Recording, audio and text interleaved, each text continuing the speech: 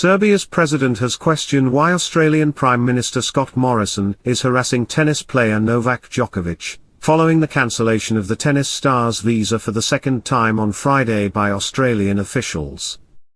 After a late-night court hearing on Friday, where his attorneys appealed Immigration Minister Alex Hawke's decision to terminate his visa, Djokovic will be interrogated by immigration officials in Melbourne this morning before being held once more.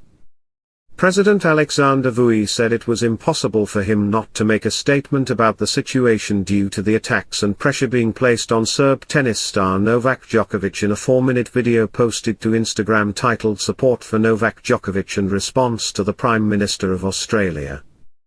If you wanted to forbid Novak Djokovic to win the Australian Open trophy for the 10th time, why didn't you return him immediately? Why didn't you tell him that it was impossible to get a visa? In the video, Mr. Vucic inquires.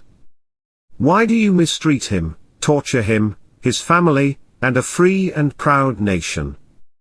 A president of a small country has appeared who has the courage to say that to one great prime minister of a large country, "I can because I'm telling the truth and you know I'm telling the truth," says a president of a small country.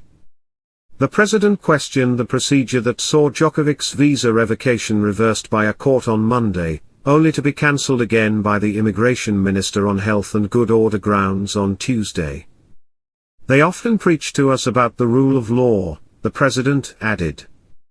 Imagine what it would be like if a Serbian minister overturned a court decision.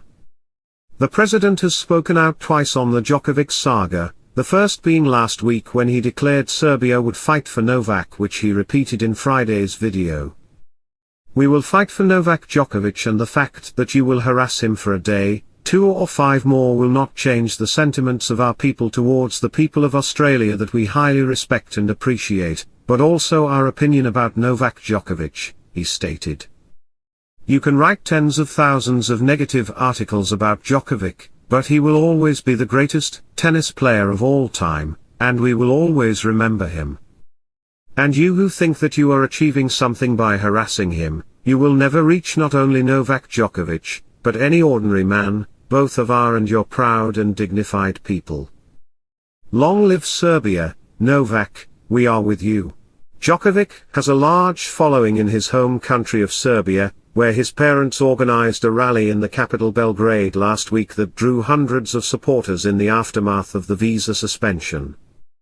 Djokovic was allowed to compete in the Australian Open earlier this week after Serbian Prime Minister Ana Brnabić promised he would obey local norms if he was allowed to defend his title and win a record 21st Grand Slam.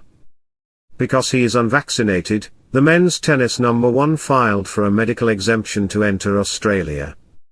He stated in his initial application that he was entitled to a vaccination exemption since he had tested positive for COVID-19 in mid-December. The case has been transferred to federal court, with a new hearing set for 10:15 a.m. on Saturday.